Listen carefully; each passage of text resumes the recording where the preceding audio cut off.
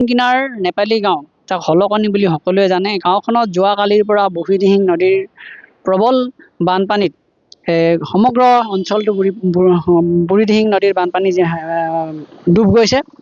প্ৰায় ৮০% মানুহৰ ঘৰ ইতিমধ্যে পানীৰ তলত আৰু বাকী ঘৰকেইটাও ডুবু অৱস্থাত আছে। গতিকে কৃষি প্ৰধান অঞ্চল হিচাপে সমগ্ৰ কৃষিভূমি খেতিপথাৰ শস্য ডুব যোৱাৰ লগতে মানুহৰ ঘৰ বাৰী ডুব গৈছে, পশু পক্ষী আছে চব সকলো ডুব গৈছে।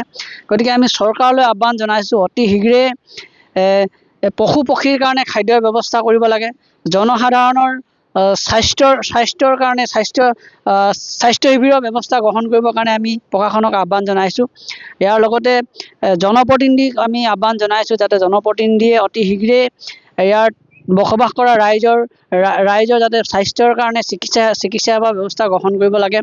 পশু পক্ষীৰ কাৰণে অন্ততঃ এতিয়া পানী বুৰ যোৱাৰ লগে লগে ইয়াত প্ৰায় কৃষি প্ৰধান অঞ্চল হিচাপে গৰু ছাগলী প্ৰায় ইয়াত আমি আনুমানিক আমি এটা ছাৰ্ভে কৰা মতে প্ৰায় ১২০০ ছাগলী ১,০০০ৰো অধিক গৰু এই অঞ্চলটোত আছে। গতিকে সেই পশু পক্ষীৰ কাৰণে অন্ততঃ এসপ্তাহৰ কাৰণে খাদ্য ব্যৱস্থা গ্ৰহণ কৰিবৰ কাৰণে আমি বিভাগীয় কৰ্তৃপক্ষক আমি অনুৰোধ জনাইছোঁ।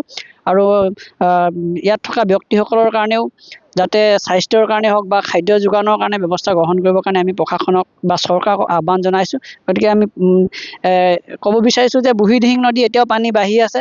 গতিকে অতি শীঘ্ৰে ইয়াত থকা ৰাইজক উদ্ধাৰ কৰিবৰ কাৰণে ব্যৱস্থা গ্ৰহণ কৰিবৰ কাৰণে আমি আহ্বান জনাইছোঁ।